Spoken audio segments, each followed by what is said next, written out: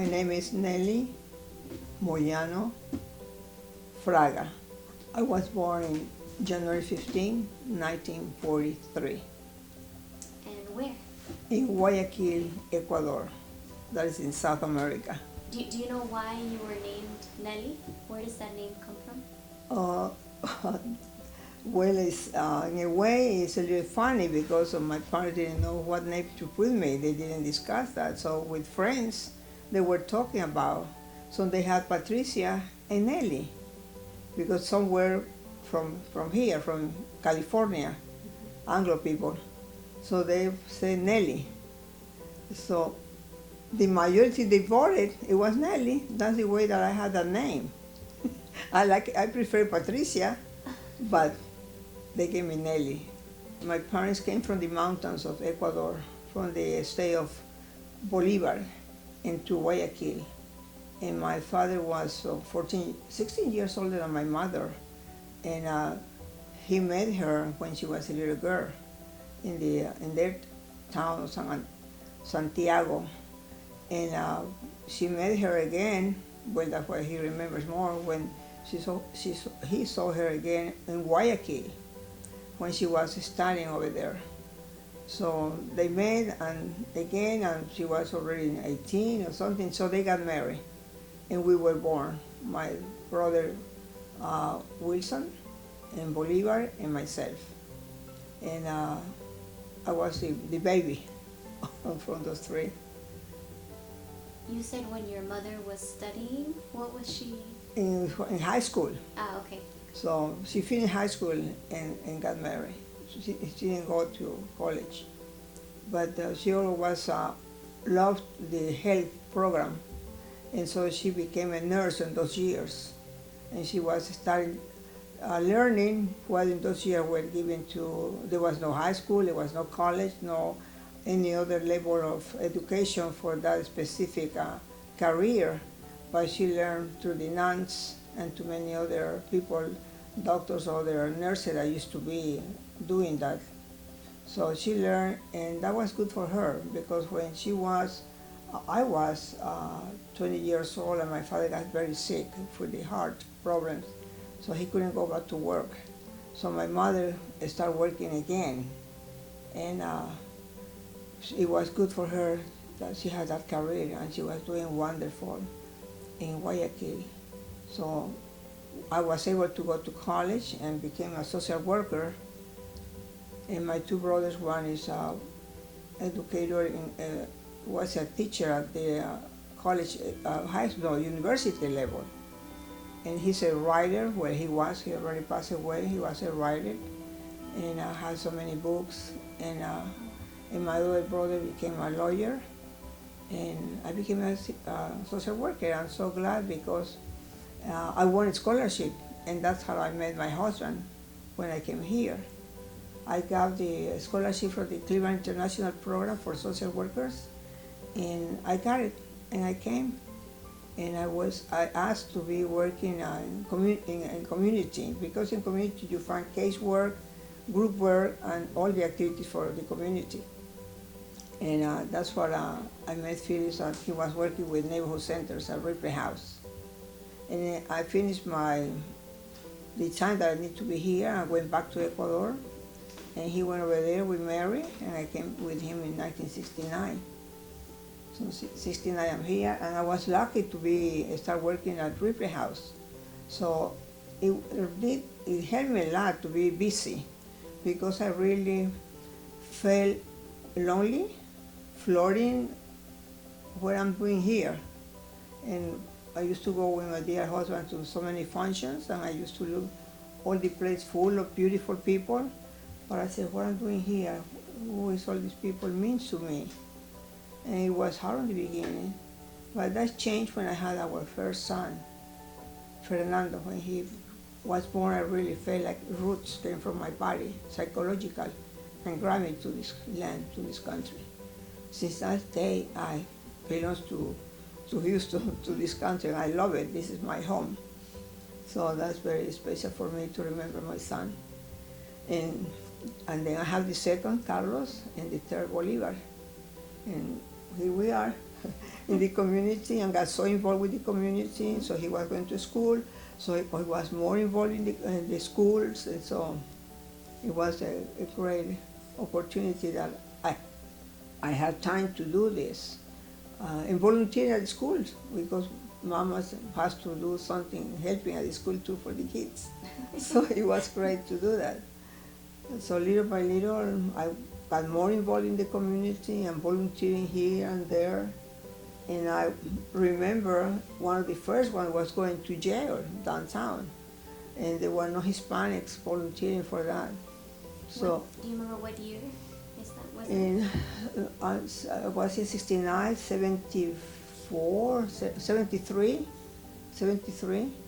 So I was Women in Action. Now they call Women for Justice. In Women in Action, we used to go one on Tuesday, if I'm not mistaken, to jail downtown for the women. And for me, it was easy. I was trying to get other Hispanics, I know, but they were afraid to go to the jail. So I was the only one going with the group. The majority was black, Anglo and black people. The lady who started, I forgot her name right now, but it was a black lady, very active in the community. And it was very interesting to be there on Tuesday, going to downtown. And I made like one time that I did go there. There were 3 ladies from Mexico, Monterrey. Good-looking ladies. You couldn't think that they were in jail. And they did because they were at Foley's. There was no one who speaks Spanish in those years at the beginning of the Foley's. And they were getting many staff to go and pay in the other department, and you're not supposed to do that here. So they were collecting, getting, and they said they was shoplifting. So they were there, so I saw them that day, and when I came, I told them that I will call, when I'm out, I'll call the lawyer, they gave me the name. So I called the office. I couldn't speak to the lawyer, but the secretary said, oh yeah, don't worry, you know, blah, blah, blah. So I came back again the following week, and I was surprised to see them. I thought they were already gone. And no, they were there. So I said, I don't know what to do because, do you mind? What about if I call the immigration? I said, Miss Fraga, do whatever you can, but we don't want to be no more here. So I called the immigration, and on Saturday in the morning, I rang in my house. I answered. One of the ladies was so happy that finally they were out. And she called me from Monterrey. I said, oh my God, you will need it because the family forgets all these prisoners, all these mamas or daughters over there. And so we come out and we start calling the lawyers, visit the families, go and knock the door. They want to know about the kids, are they going to school, what's going on in the house. So it was a great program that I used to be there. And invited one of my friends, Mary Rodriguez, Arriaga, excuse me, her last name, Arriaga. And she went with me, but she really was afraid the whole time she was close to me. But it was a great experience for her too, and she kept volunteering with me for a while. And then I changed, I added another volunteers areas to the medical center at the Anderson Hospital. That used to be just one small building, one floor. Now Can't imagine. Yeah, I remember those years. So it was very interesting. And volunteering at Ripley House with the police department, with the practicing Spanish, so they can. And then by those years, my 2 boys were helping too. Bolivar and Carlos were volunteering in that area. And that's where, in 1979, I decided with 2 friends to start the Ambassadors International Ballet Folklorico. And we make it international, so that way they can learn the other countries, the other cultures from different people. Because I always told them, when we have in the class, that all the cultures are different. That is so special, and so it's important. So we have to respect the others and learn them so we can have a better relationship. So we can have a peace world that is not that easy to have it, but we'll try. So all these 44 years, I had been since 79, 44 years helping. But now I'm so lucky that we have Judy Del Valle, a great person, and so pleased that she is keeping this, because for many reasons I am not full time like I used to be. So she's taking the leadership, and I'm very pleased. And I really thank you her for taking this big job. It's really 24/7. Oh. So you said that you've spent 44 years helping, but were you a director? I said with the ambassadors, yes, So from you were one of the founders, right. So with you were a Mrs. founder. Natalia Martinez and Emma Landa, the three of us. I said, to me, it was so important, this activity for the children and youth, because we give a positive action and to keep our culture alive. So we're doing two great things. And we have seen through the years, it's a pleasure to know how they are doing as professionals. And from our group, we had the first dancer, Annie Pinedo, that has been going to Amalia Hernandez, Ballet Folklorico. She was accepted. As far as I know, she's the second one. The first one was from Casa de Amigos, a long time ago, before ours, with Miss Gallardo, Rosita Gallardo. She went to Amalia Hernandez. And now I know if somebody else, I will like to know, but and now this young lady is a mama now. She's going to be working with us. She's here in Houston, and she's going to be teaching to our new students from the Ballet Folklorico, and her husband too. Wow. The two are the professional dancers from there. They're now living in Houston, so we are lucky to have them. And we have another young man that used to Saldivar, his last name. He was with us. He went to France. We went to a festival in Nice, France. We took about 24 dancers, and it was a great program, a great experience for them, for all of us really. And this young man came back, and he's a professional dancer. He has been with J-Lo, Christina Aguilera, and you name it. So it's amazing. At that level, that's the only two that I know. So I'm proud. And the other ones are professionals in different careers. So we are very happy that we help them to be more positive for themselves and for the city and the country. I want to go a little further back I want to touch on the Women in Action. You were talking about that group. What exactly was the mission of that group? What was the purpose that you were trying to achieve? Was it just to speak to the women, or was it to provide some kind of aid? Yeah, to me the aim was to speak to them, to make they can be a good person when they're coming out, to forget or avoid those mistakes that make them to be there. And then the connection with the families and with the law, because the lawyers forget them and they don't do nothing. So they don't need to be, so many cases were not forbid so many months. So it was incredible. And the family, the relationship with the family, they're forgetting, and the mother needs to know about the kids. So to go and visit them once in a while. And only there, we as Women in Action, we went to the penitentiary in Humboldt.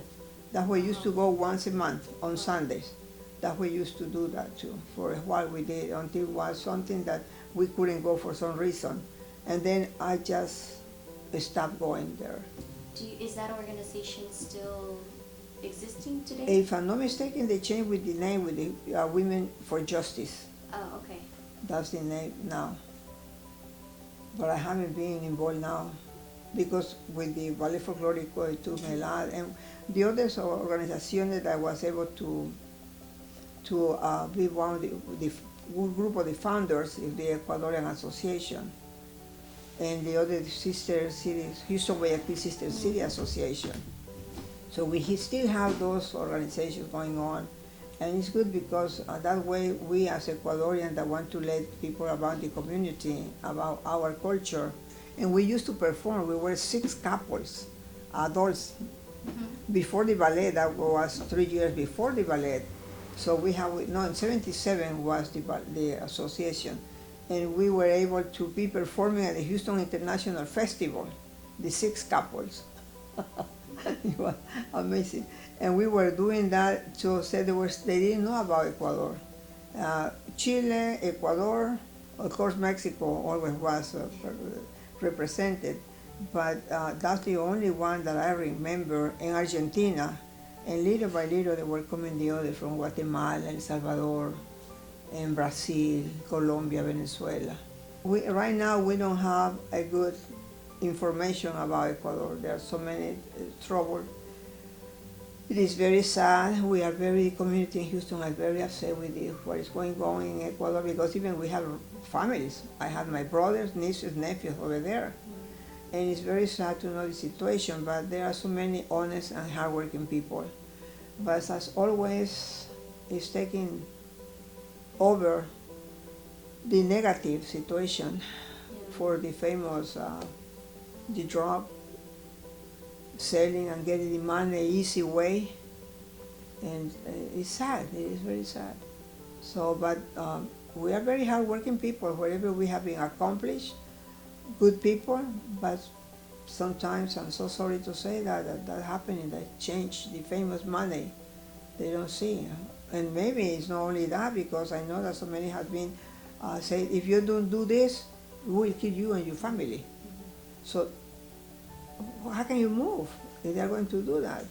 So it's understandable in a way. So that's the main thing that is going on. You know, they go to the small stores in the neighborhood. You have to pay monthly or daily something. How can they pay that if they don't make nothing? So it's very sad. If you don't give it, you have to close your place. You don't give it, somebody will disappear from your relatives. What was it like when you arrived in Houston? Oh, there were no Ecuadorians. No, I just met 2 friends of my husband, and they were married. Charles Foster was married to the Ecuadorian Martha Foster. Okay. So his first wife. So I met, because Phyllis and Charles were friends. So I met her, and there was Nubia McCarthy, another one from Ecuador, from the mountains. The 2 ladies from the mountains. I'm from the coast. I was born in the coast, but my parents came from the mountains, from the beautiful Andes, the cool weather. Yeah. Yeah. So it was you met 2 people when you arrived in Houston. yes, and then little by little, we have the good friend Angel Armijos. He was from Riobamba in the mountains, and he had a leader. He was the one who motivated all of us, especially me, to start with the association, the Ecuadorian Association. And that's how we started with him. And for so many years, he was living here, but he went back, he retired, and he went back to Ecuador. So you were part of the group that founded the Yes, association? yes, Okay. one. We were at least 6 altogether. Okay. Where But did the you- only women, me. Oh. We had many others in the group, the first socials members, but working a lot with Angel, he and I, and the 4 more gentlemen that they were helping and cooperating. But he and there, and I was lucky because I had my husband, that he opened the doors for all of us. So it was easy, the connection, because it was easy. So that helped me a lot. What were you trying to, what were your biggest goals that you were trying to Well, achieve? to make people know in Houston about Ecuador. They didn't know who was Ecuador. When my first son was born at the hospital, the nurse, an older lady, she asked me, where are you from? I was born in Ecuador, and she asked me, what part of Mexico is Ecuador? So I told her, no, Ecuador is a country in South America between Colombia, Peru, and Brazil, and the Pacific Ocean. And she wrote it, the whole thing, almost. In his birth certificate, my little Fernando, it is South America, Colombia, and where I told her. So, you know, that experience that I live it happened at the hospital, Herman Hospital, now Memorial Herman Hospital. So I said, well, we have to know, it's not in Mexico. I wish it could be Mexico. To me, when they say Mexico, I wish, because so close, I can go see my family more frequently. That's wonderful. They can come, I can go. but it's a little farther. So I said, so that's one of the main reasons to let them know that we see that we have a different culture, even though we are all Hispanic, but everybody has something different, something nice that it makes us to share what we have in common so we can be stronger, no, I think. But right now it's going back and we have the new group, new energy, ideas, with a lot of computer that in my case is behind. So yeah, it's so very, very important that we have this. They're having a nice program. Oh, this coming month, 10 de agosto, we have our Independence Day. So with the Consul General of Ecuador in Houston, Mrs. Alba Cuello de Barbosa, is going to be a ceremony at the Herman Park where we have the bust of Vicente Rocafuerte, who was the first Ecuadorian-born president. The first one was from Venezuela, but the first Ecuadorian president for us is Vicente Rocafuerte. And I'm glad because I was pushing for him to have, we had the bust of him, because he's the one who opened the education for the women in Ecuador. I was invited by the Consul General of Argentina, no, excuse me, from Venezuela, for the ceremony of the Simón Bolívar bust at the Herman Park. So I went, I was there, and I said, and I saw there was from Cuba, Martin from Cuba was there, his bust. It was a Chinese and from China, beautiful glorieta that they have there. And I said, but where's the Mexico? I was surprised. So I finished the night ceremony of the park and I was driving back home, San Jacinto Street, and I passed from the Consulate Mexican office. So I stopped and get off and I went to talk to the Consul General because I said, what about Mexico? So it was surprised me. And I talked to him, Amir, well, his name. I talked to him and he said, yeah, I came from this, but we have made, I was part of the Comité Patriótico Mexicano, a volunteer. And so I came after, he said, wonderful, it's great, we can do something, let me know about this. And I talked to the committee, so when we had a meeting with the Comité Patriótico, I told them that I stopped after the ceremony and their experience. So they said, okay. So they got excited, all the whole group. So we started working, fundraising, getting money because we have to have for the base and all the expenses that we have to do here. So the Consul General said, now September is coming.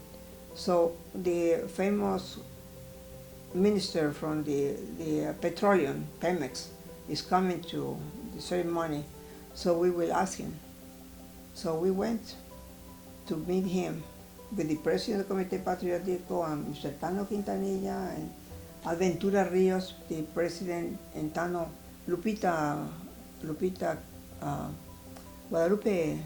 Guadalupe, Quintana, no. Quintanilla? Quintanilla, Yeah. perdón, Quintanilla, Guadalupe Quintanilla, husband. So we three were there, talking to this gentleman, I forgot his name. And he said when he heard my voice, you're not Mexican. I said, no, I am not. I am not by born, but I'm for love because my husband is from Mexican. And I belong to the part of the Comité Patriótico Mexicano. And we already agreed on, so about what bus do you want? I said, well, we want Benito Juárez. Perfect. You will have it in 6 months. I said, 6 months? To me was unbelievable because I was working for the bus of the one for Ecuador. And we didn't get it until so many years. So we had to wait out. But in 6 months, there it was, Benito Juárez. So it was a big celebration that we did. It was beautiful. We had the high school from the Austin High School, the band, 100. Oh, wow. They all 100 went to the park. We had to have the buses going over there. What year was this? Do you remember? No, I don't. I have some over there, the pamphlets, but it was beautiful. They play. And to get the music, the hymn, the national anthem from Mexico, it was hard, but we got it. Because it has to be with all the different piano, flauta, all the orchestra be orchestra. So they did orchestra. So they did. It was beautiful what we accomplished with that one. So, and then I said we had to finish with the Ecuadorian we had now. We were lucky to have the Mexico. Now we have to have the Ecuadorian. It took me so many years because I had the promise going over there so far, and people changed it, the new administration. But finally we got it. But we have it, and this coming August the 10th, at 10 o'clock, we will have the ceremony at the Paso Vicente Rocafuerte, the Independence Day. So the Consul General of Ecuador will be there, and it's going to be very interesting. So that's another reason that we like to keep this organization alive. And we provide a scholarship for the Ecuadorians that continue to the studies, and they do that. They are still doing that, and we have some programs, cultural programs, that we invite a singer or a writer. They come and they give at the universities or high schools conference. I was lucky to have my family that came from. I had the experience of the two costumes, two cultures, the coast and the mountain. The coast is more open. With the climate, that is, with climate help is different. Psychologically, you are more inside than outside. We are more open in the coast. But in the mountains, well, this is a different way, but different. So like we are more open, like we say hello, we give a big hug and we kiss and all that. In the mountain, you are more distance. Well, that's what I remember. Right now, I cannot say that much about how the new generations, not there, no more for so long. Was it, how often did you go to the mountains? When I was, before I finished high school, we used to go always for vacation time. Okay. But after that, I went to college and life changed. I didn't work because my study was all day, but my brother had to be working and studying. So it changed your life. So if I didn't go with my mother or my brother, I didn't go. We didn't have a house that my father bought it. That was later. But in the beginning, I remember we used to go on vacation. Coming from the mountains after the vacation, 2 months or something, my father already had changed.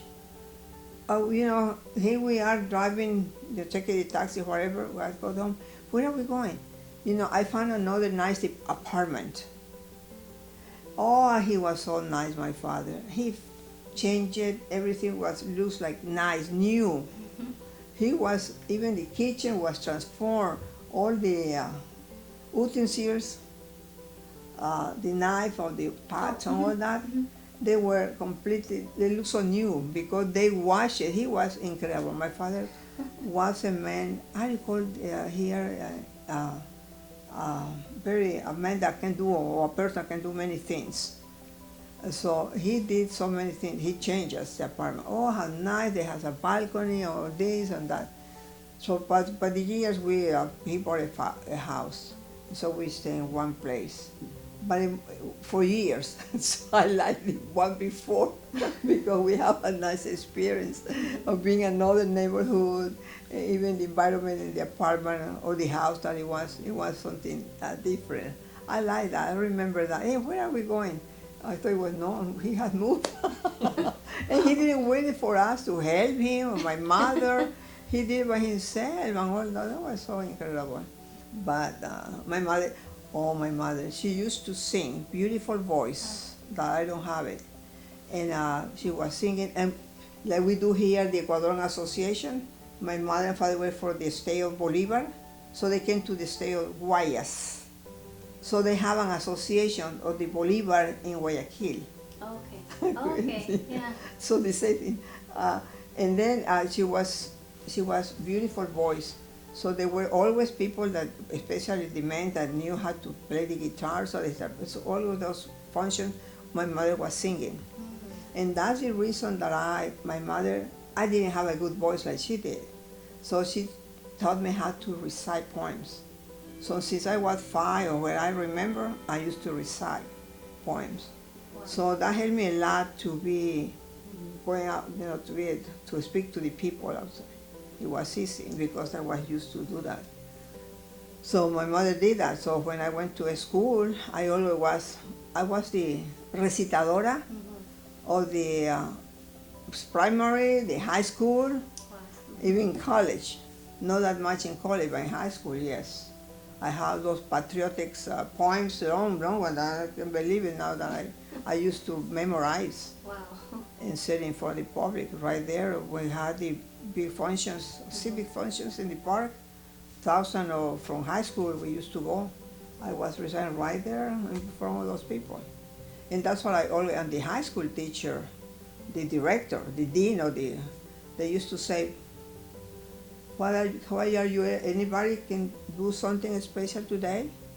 Here's the piano, or here's the violin, or can you say something, a few words? She put on spots. So she asked everybody to do something. And I think that I admire her. She was a very high educator in Ecuador. I remember her because she put us, all of us, in doing something. So it was very special that Dolores Sucre, it was a special school for girls. The Paris government school was. And so we have a very good reputation in the education in that school. One day, I will never forget, this gentleman, a good friend from my family, doctor in health, he said that they started the School of Social Work, El Club Rotario, the Rotary Club. They started the Houston Community College, the School of Social Work. That when I went over there, now it belongs to the University of the Catholic University in Guayaquil. Okay. So, but it started like that. And he said, one day we were walking in Guayaquil with my mother and we saw each other and he came and say hello. And he'd say about this new career that is coming in Ecuador was to be a nurse or social worker. Those were the two new careers on those years. So I said, which one do I do? Because I like it too.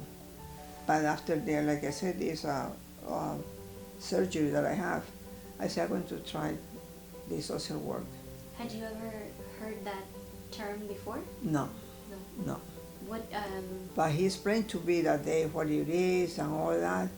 And he even said, I didn't do it for that, when he said, even one day you can win a scholarship. He said that, I never forget doctor, because he said that maybe you can win a scholarship, we'll go and study more, and have more experience in the United States. I said, I just heard, but that was it. And that happens. Emilio Romero Menendez, a doctor in health. What did your family think about this choice? He loved it because it was short. It was 4 years, that was it. No, that long to become a doctor. Right, okay. And that's so many years. And for a woman, my father said, you're not going to even finish. The negativism from the man. My father didn't want it that much, because he thought I will get married soon. But my mother, no, she was pushing me for going to college. So finish high school and go to college. So I went. So I studied social work, and it was 4 beautiful years. What made it special? The environment, to be working with the community, with the people itself, to help them in so many ways, especially psychological, making them to feel that they are valuable, that they have something positive, that they have to just to let it go and be giving what they really have inside, and be happy there's that person, and be working with the other around them. So that was the main reason to me to be part of the social work. And working in the community with everybody together, we accomplish more things that benefits all of us. So that's what I saw with the kids in Ecuador. I started a group in Ecuador with the girls that From 6, 7 years old, they're on the streets selling cigarettes, lottery, and candies. So I used to go around, I had my card, a note, telling they are going to have a group of girls that at that level. I wanted to do that. So I got 30 girls, and I have the school that I finished, my high school, they let me a room downstairs to use it for meeting twice a week in the evening after they are working and all that. So I used to go around the post office downtown in Guayaquil and the river walk of the Rio Guayas, where the city is. So I giving those cards. So I got a good number of girls, but it was so sad because from 6 years old to 12 or 14 that they have all the experience that never in my life I thought that it will happen. That's painful. That really was hard for me in those years. So that was a great experience and hard experience to have that one. And that's when I married, I came here, I thought it there. So we used to get together, and I had my friends and my brother's friends on Saturdays that we met in the morning to come to the group with the girls. So they like to play basketball or ping pong. So I used to invite them to come. So I had volunteers helping me with my program, and the girls come and play. Oh, they were so happy to do that. So and we had a good meeting that asked them to, we had to make a group of you, like leaders in the community. We had to name president and all this. So they got excited. And and I said, we have to have a name. So I had to say, one day let's have a competition, a contest here. What is the name that we're going to have? We voted. So we have about 4 names that the girls came with everybody's paper. And at the end, the one was Las Estrellas del Sur, the stars of the south. That was the name. Oh my God. And we had president, treasurer, and all that from the girls. And they loved to come to the meetings. So to me, when I married, I came, it was hard for me to lead that group. And no one else is going to take it. No one else could follow or keep going with that. That was it. So that hurts me when I came. I was so sad to leave that group of the girls, working girls from the street of Guayaquil. And that they had been going through so many things in life, like they will be like a 30 or 40 years women. It is so sad. I never saw that one here in Houston. Never. When I did work as a volunteer or part of my group work that I have to do it. Tell me about coming to Houston for the first time. The first time as a part of the Cleveland International program, I was so sad because I came by myself. I was scary because I went so far just by myself. I'm 23, but I got my friends who were waiting for me in the airport, and they took me to the hotel where the international program was started, and the people were so nice over there. And in New York, that's when New York, we met 124 from all over the world. And from then, from New York, we went to Cleveland, Ohio. And we were going to having some training, a workshop with the program at the Western Reserve University. And they gave us a diploma of attendance. And from there, they sent us to different places, to all of us.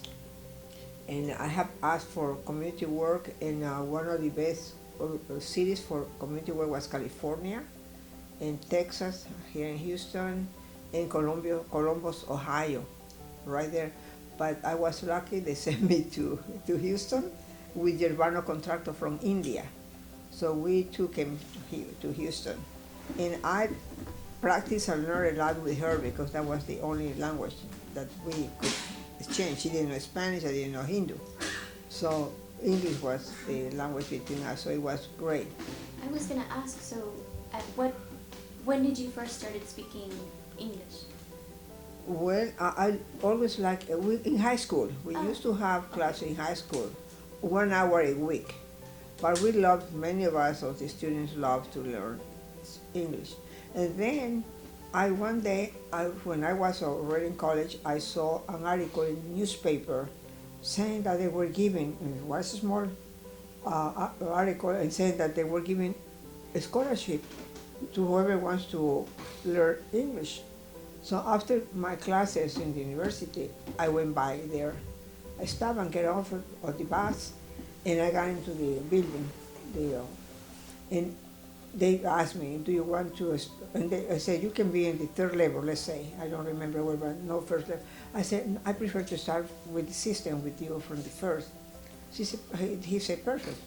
So they gave me. So I didn't pay a penny. This was in Guayaquil. In Guayaquil. This was in Guayaquil. Okay. So I started learning in Guayaquil and having those classes at the university. At the university we didn't have no English, but I had some good, more or less, basis from the high school. So but I wanted to learn the method right there with the embassy, no, not an embassy, the center of the USA over there. So I almost finished, because before finishing, that's when I got married. Okay. So, but I got some more learning there. And when it came this scholarship to university, social work, they didn't send us the information. So they said, Nelly, are you planning, you will have to apply to this? I applied the first time, but they answered me that I was not 23 yet. So I couldn't come for that reason. That was the minimum age. So then I finished college, I was working already. And one day my mother called me and she said, you had to come early because you have a letter here. So after work, I went to there. I was working at the Plan Padrinos, foster parent plan. In foster parent plan from here have an office over there for helping the families with low-income families with kids, foster parent plan. So I was working with foster parent plan as a social worker, casework, that's what I was doing, families. So I went home and I have a letter, and you know how our mothers used to be there. The letter was already open. She couldn't understand, but it was open. So I read, I said it was invitation to go meet the other lady coming to meet the people who might be getting the scholarship. So I went. So I called and I make they gave me a time for being there. So I got at the office, at the consular office. So I met the lady, and she asked me questions, and I have some questions that I wrote it down to be sure that I don't forget. And I talked to her and all that. So later on they sent me the information that I was accepted to come to the scholarship. So that's where I came from.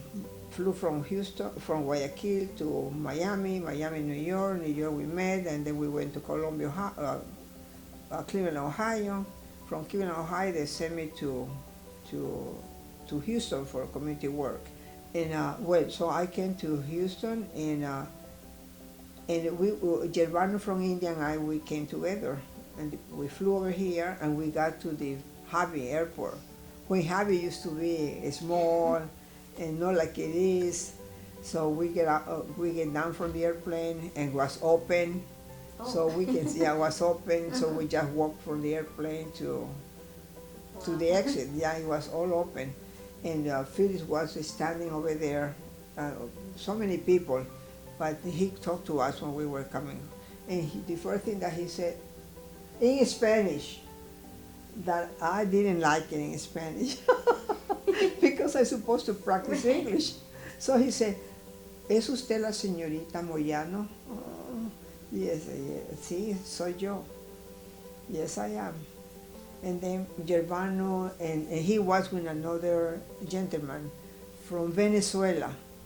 He was learning about the housing projects, housing program for the low-income families.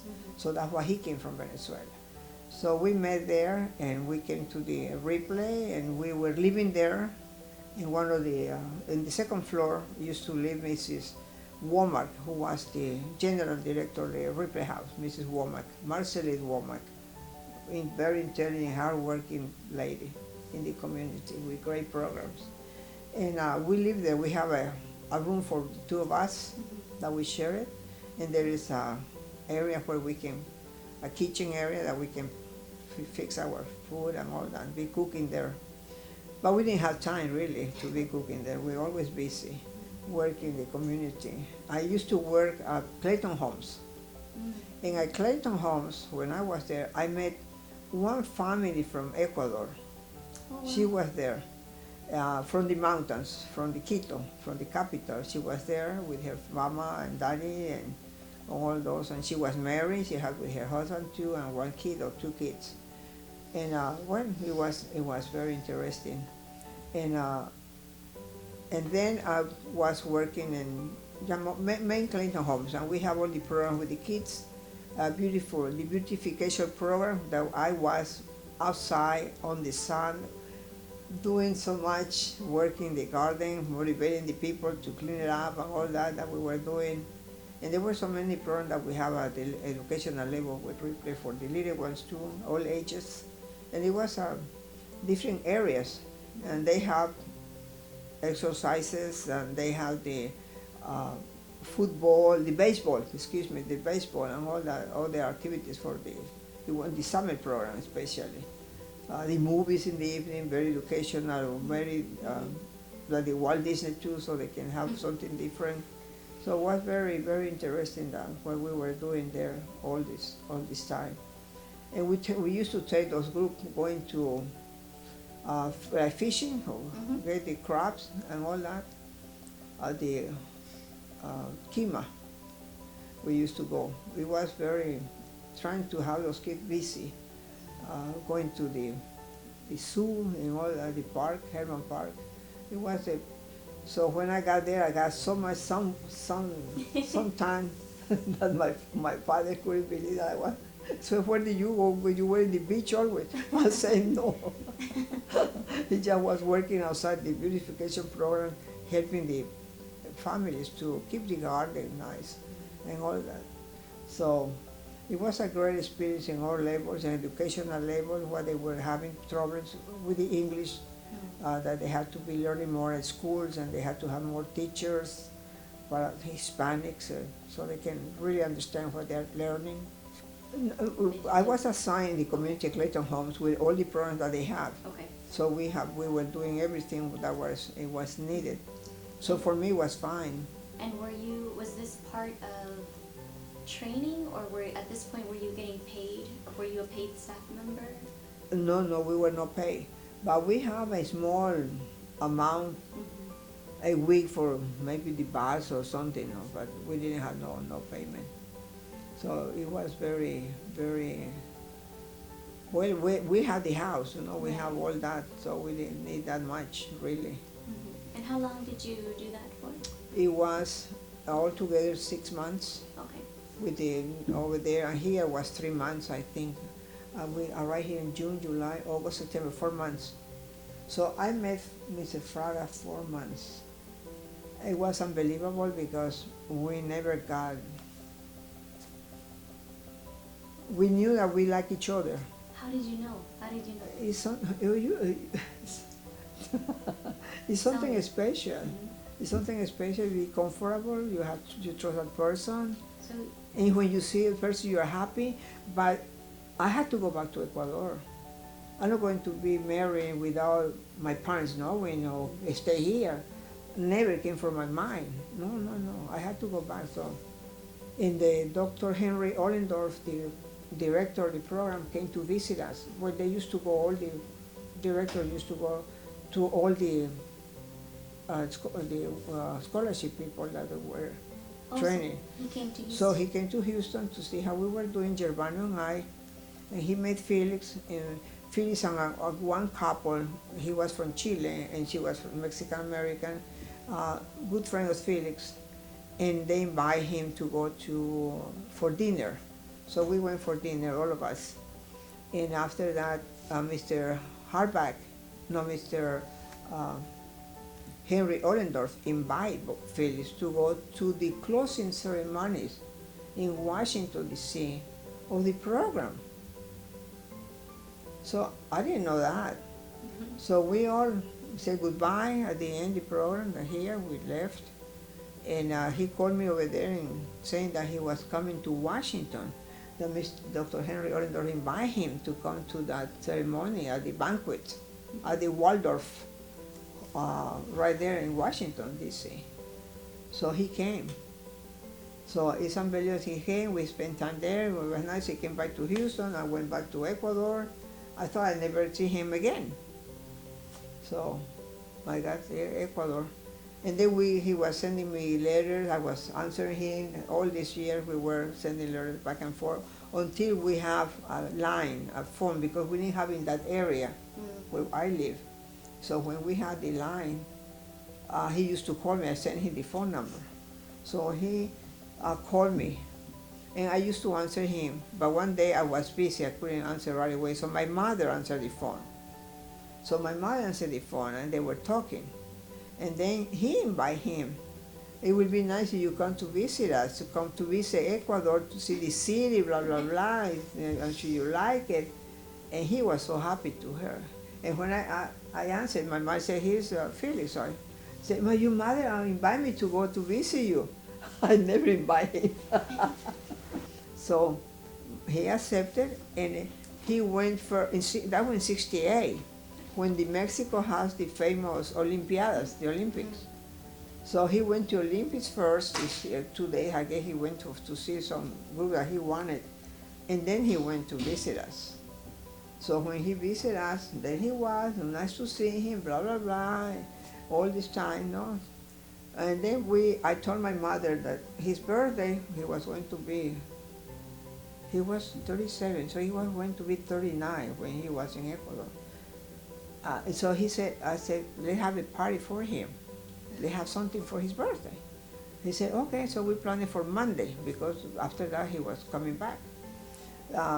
So he used to be in a hotel, that's why he was staying, not with us, not in our house. So in the hotel, so we drop him off, pick him up, and and then he said, why don't we go to the beach, the family, let's go so he can see our beautiful beaches that we have. So we decided to go. So you know how it's it's not just you and him, or just, no, all the relatives, the nieces, the nephews, they all go. And here we go all to the beach. So I guess 4 cars at least we went. And we have we bring the lunches or whatever. Even there are some, the rocks are so like a stove right there that sometimes you cook something. It was amazing. So we were in the beach going to have swimming. We got into the water, we came out, we put our towel right there, and everybody was around, they were playing, the kids, playing there. And then that way he over there, when we were talking, he asked me to get married. I came all this way. I came all this way. Can you marry me? I said, what? It's amazing. Huh? It's unbelievable. It's unbelievable, something that has to happen. You missed that part of the story. So he asked me to get married, to marry him. So the Monday that we're supposed to do this party for him, we made the official engagement announcement.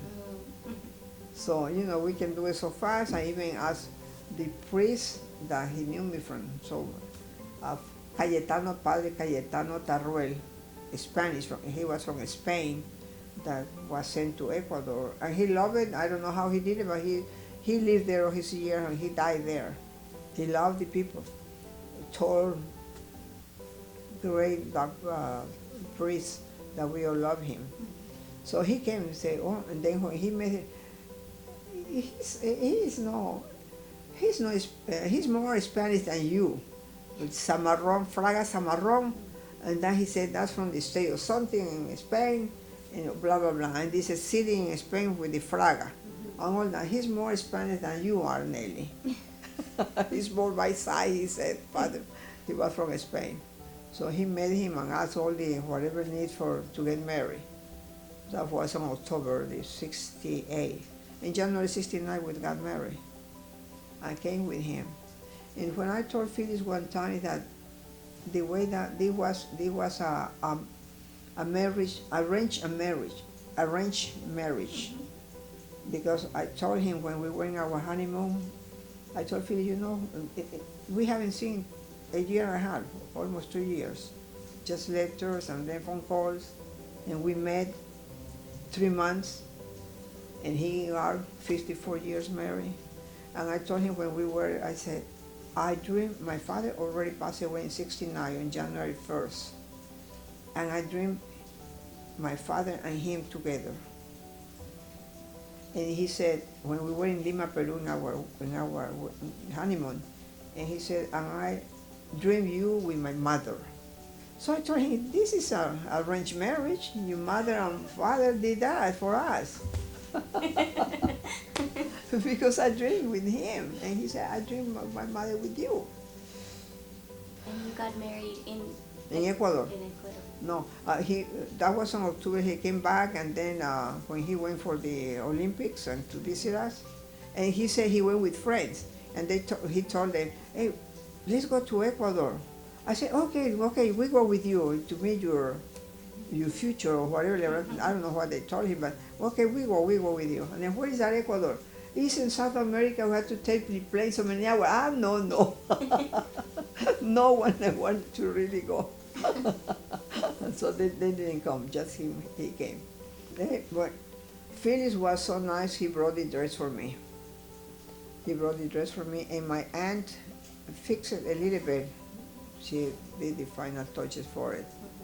And Maria Medina sent me the veil, the tiara, and I got the dress in Guayaquil with my mother. And my sister-in-law helped me getting ready, and my two good friends from college, they did. And my mother was there, and that was it. And then we went to the church, San Bosco, very close to our area, let's say from here to downtown. And we did that with the priest, the same Cayetano Tarruel, with him. He married my two brothers and me. Oh, his brother went. No, he died. He didn't want to. He was 90 something. No, he didn't want to. Or 80 was. 80 years old. He didn't want to fly. He never liked to fly. So his brother, Guadalupe or NellyFraga, the one, he passed away in December, and he went with his wife, Irene. They two went, and they enjoyed. They liked it. They liked the country, what they saw. They went to the capital, Quito. He ate so many good food. He got a little sick because he had so many naranjilla juice. It's so tasty, but it was too much. He liked it too much, he drank it too much, and he was sick, his stomach. How long were you in Ecuador after the wedding? Just a few days. We went to the honeymoon, we went to Peru. We visited Lima and Cusco, the Machu Picchu, the famous Machu Picchus. Had you been before, or that was your first time? No, first time in Machu Picchu, but in Lima, in Peru I had been, but close to, like from Mexico here to the closest cities, close to the limits of the states, but no in the capital. And then we stopped in Colombia. In Colombia, we took the honeymoon, stopping here and there. So we were in Quito first, the capital, because another girl from Ecuador came to this scholarship from Quito. I'm from the coast. So we met there here in the program. And so we went to see her. And she got married before we did. So we met her husband. And we went together to a nightclub, very nice club in Quito, in the capital. So we spent 2 or 3 days there. And then we flew to Colombia, the capital, Bogota.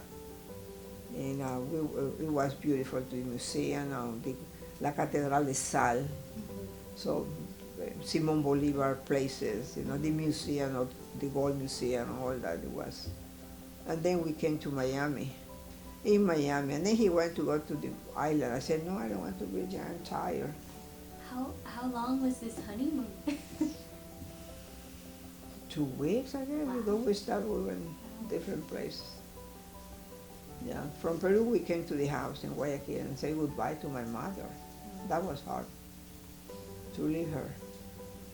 And then we came to Quito to stay at least 4 days, and then to Colombia, and then Miami. He wanted to stay long.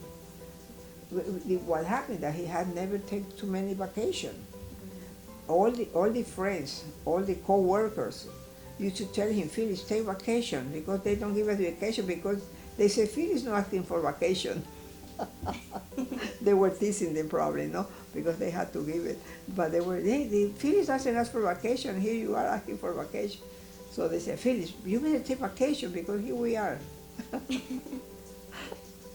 So it was funny. And then 2 weeks go by and you go back to Houston. And we came to Houston, and all the Fragas that were Joe, who used to live here in this house, and his family, Chem, Angel, when he was single, and who was here? And Mary, for Thomas' wife. Thomas was already in the, I don't know where station he was, but his family was. So the house was full with all of them. They went to the airport, Harvey Airport, and then we came to the house. It was a nice welcoming. Mm-hmm. And my father-in-law, that they used to call Papa Fraga. So in San Angelo, that was the house that he brought me. I didn't know that he has a house. I didn't know that he has a car. So he came to, it was completely empty, just the bed was there. Just the mattress, the bathroom. And go and buy something before, it was completely clean. So we had to start buying all the furniture and this and that. So it was nice. My own taste, that's what he said, you choose whatever you want to. Yeah. That's nice. Yeah, because in that house used to live his father, Chen, Angel, and who else? There were 3 boys. Yeah, well, Lupe, Angel, Felix, and the father. Those 4 men used to live in the house. When Lupe got married, he's the first one to leave the house. Angel didn't get married, but when Felix got married, he left the house. And he started living in Memorial Drive. It used to be those apartments. It used to be the only building on Memorial Drive and Wall, a little more farther, close. The only complex, beautiful that it looks like now, that's full. So many buildings. They used to be the only one beautiful complex in their apartments, and he used to live there. All his life, he lived after moving for the marriage of Felix. So Papa Fraga, and then we fixed the garage apartment for him because he wanted to be independent. And he said to me, Hija, because I used to call Papa Fraga. He didn't have never a daughter, he said, so Papa Fraga. So he said, don't think about me, it's you and your husband. Don't worry about me. I eat and do this anytime, wherever I'm pleased and I want to do it. He said that from the beginning, the first step, please don't worry about me. Don't call me for food because I eat whenever I please, whenever I want to. So don't call me for times. Okay.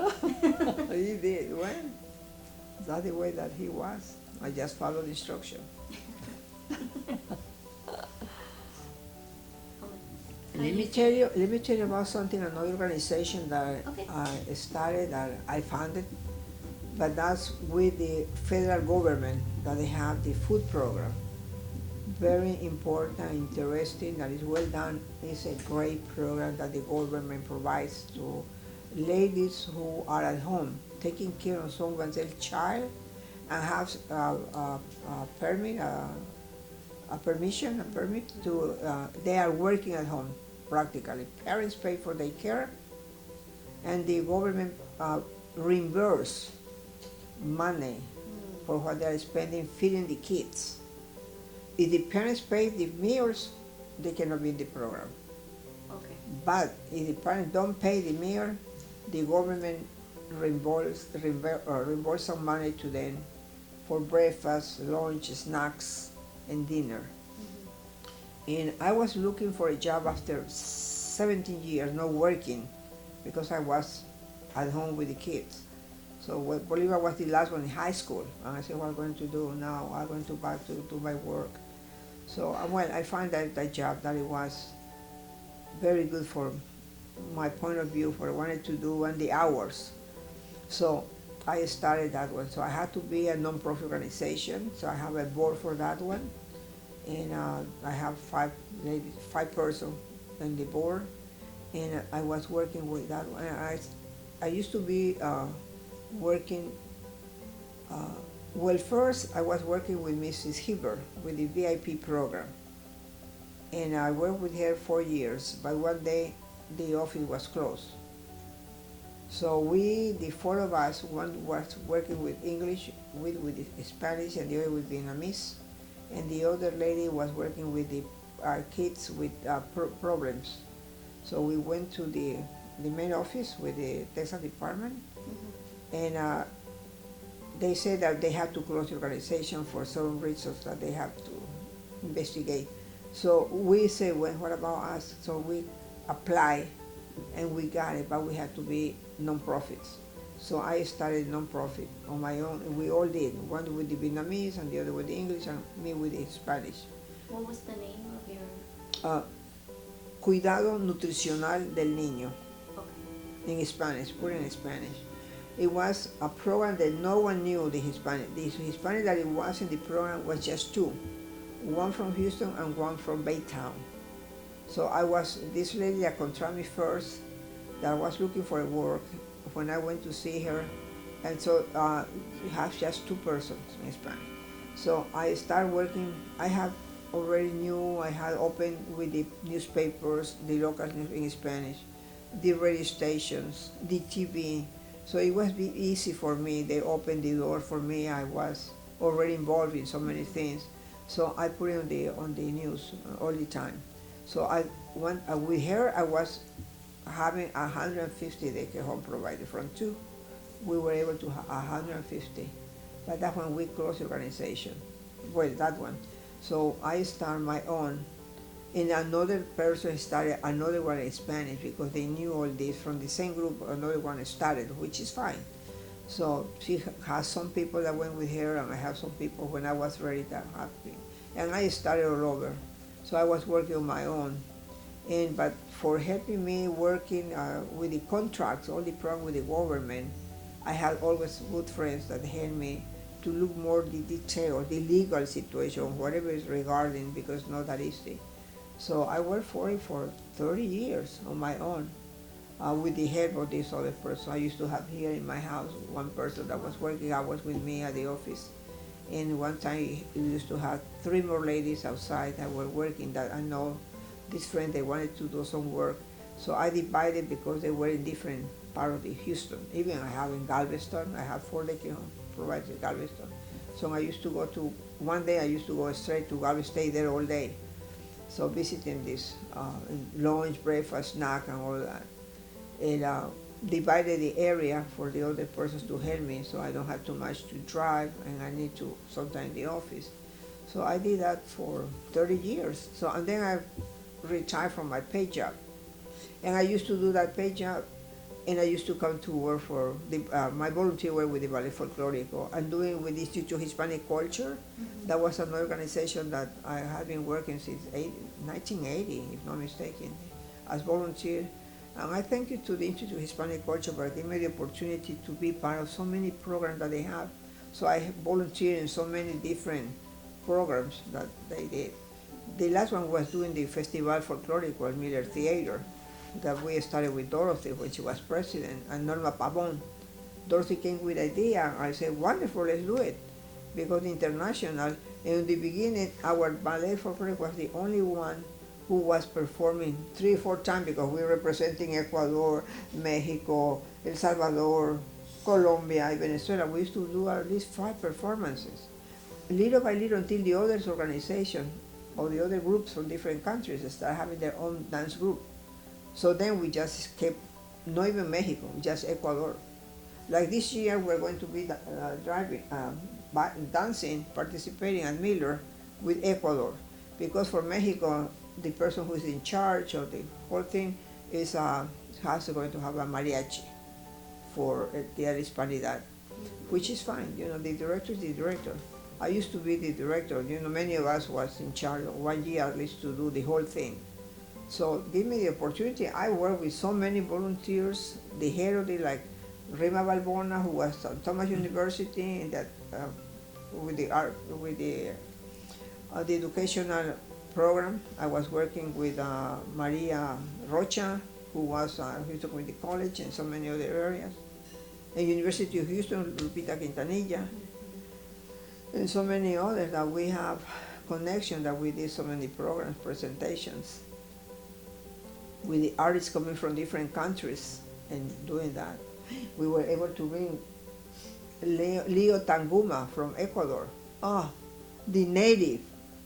And when I went to see her at the airport, you know, the native, like Otavaleño from the mountains, really a native Ecuadorian. And at night, the Saturday was going to be the gala. And I said, I had to tell him that I need to take him for the tuxedo. And I told him that when I was driving with him, I told that I would like to make an appointment so we can go to, you can try a tuxedo. And he looked at me very nicely, very gentleman, the native, very gentleman with so many good manners that I would like to learn from him. So he said, I'm sorry, but you know, this is my only gala dress, outfit, the Otavaleño. And the Otavaleño, that's the only one. So excuse me, I'm from Ecuador like him, I didn't know that. So I said, okay. So I went to the night where it was all the members of the Institute, and many people very, sophisticated. And when we were talking, I said, he's here, he's in town, he's at the hotel, blah, blah, blah. And I told him that he's going to dress like the way that he is. The Argentinian president that used to be that year said, oh no, how can the Indian can go dressed like that, the gala that we have? In those years, the Institute had the galas like at the level of the symphony or the opera of those years. So, she was. And then Dorothy, and everybody was, so many against. There were at least 10 people or 12 in the board. And then Dorothy said, hey, this is but you know what, celebrating this? When Columbus came to America, he found those, the natives.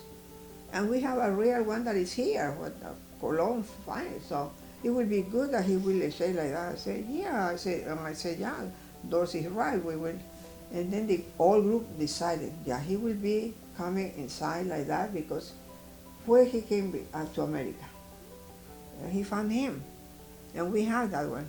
It's going to be well represented in our gala. Because our gala, the king and queen, the most elegant, is like those years. It used to be very fancy, very fancy. And then you have the arzobispo, the main priest of the church, very the same. Was the mayor of Houston or was the governor, something like that. So that was coming. So he came, Fichamba when, at the time that he's supposed to be, Colón llegó a America. So there he is. He came inside. He, very sure of himself, went inside. The only one dressed completely out of it was him. But he felt great. And people came, like George Strait, the governor, not the governor, but the other lieutenant governor came to say hello to him. And some people from my own country, doctors, they didn't come to say hello to him. Could you imagine? I don't forget that. People, and some other from my own country, from his country, and my country, they didn't come to say hello. And we were in the same table. With Dorothy, others, they were in the table. And we had the really great celebration. And then that year, he came at Miller, and he sang that beautiful music created by one Ecuadorian that almost got the famous Otley Award of Spain. He almost got it. But Mexico, they gave it to Mexico that year, the prize, the famous prize. So that was I'm so glad we were able to do it with the Institute to bring him, because We had to work for the space, how much is this plane, we had to get all that. It's a lot of work, but we did, and we did. Jesus Fichamba, that's his name. But he passed away now with the COVID. He got the COVID in Ecuador.